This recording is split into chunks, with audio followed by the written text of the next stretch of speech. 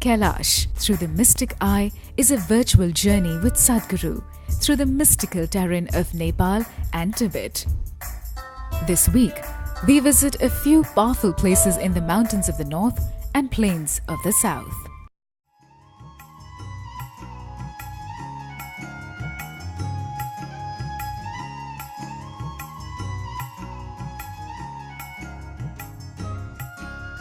Overwhelming experiences in certain places, especially Gupta Kashi and Tapovan. If I could explain what is the basis of these experiences. These are two different kind of spaces, Gupta Kashi and Tapovan. Tapovan, maybe because of the altitude you felt lightheaded. It's been a place which has been graced by many wonderful beings. Wherever they go, they leave their eggs. That's their way of life.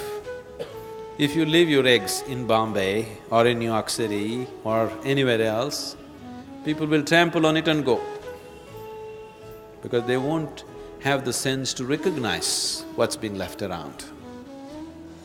So the yogis also, people who have the privilege and the burden of carrying a dimension which is not in the experience of common people, also wherever they sit and stand, they lay their eggs.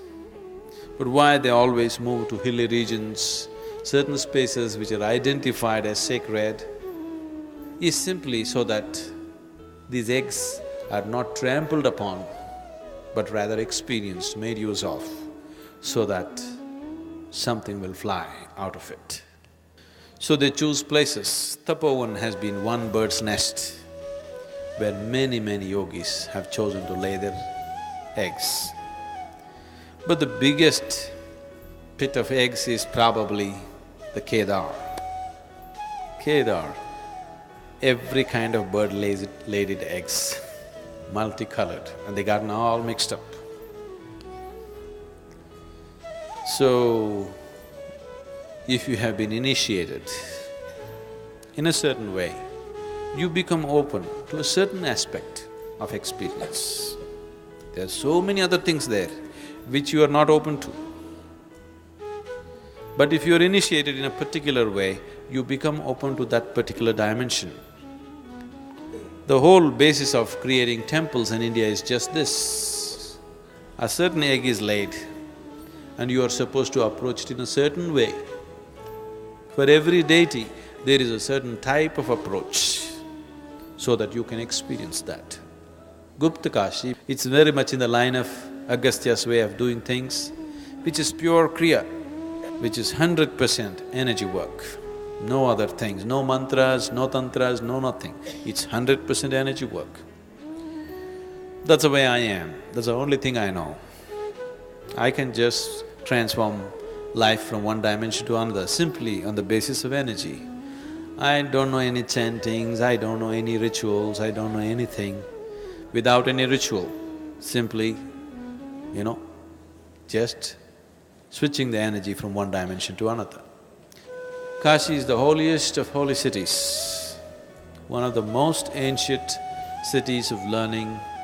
This was a place where hundreds of enlightened beings lived at a time. Every street you walked, you had an enlightened being to meet. So, it became a tradition in this culture, if you want to die, you must die in Kashi. If you die in Kashi, your liberation is guaranteed, because there are so many enlightened ones, every day they come to have bath in the Ganga. All you have to do is just have a glimpse of them. And when they see that your time is near, definitely they will help you and you're through. So even today it is believed, when you come to a certain old age, people travel to Kashi, wait there to die. This tradition came simply because every generation saw hundreds of enlightened beings living in Kashi, and it became the greatest core of learning. So Kashi means the holiest of the holy. So that is the main Kashi. What we went to yesterday, what we left today morning is Uttar Kashi. Uttar Kashi means the northern Kashi, What we went the other day, just after Kedar, is Gupta Kashi, the secret Kashi. Nobody is supposed to know about it.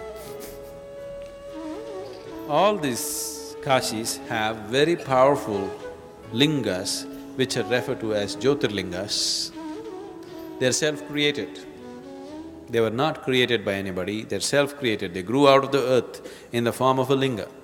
People recognized it and worked upon it to make it into something else.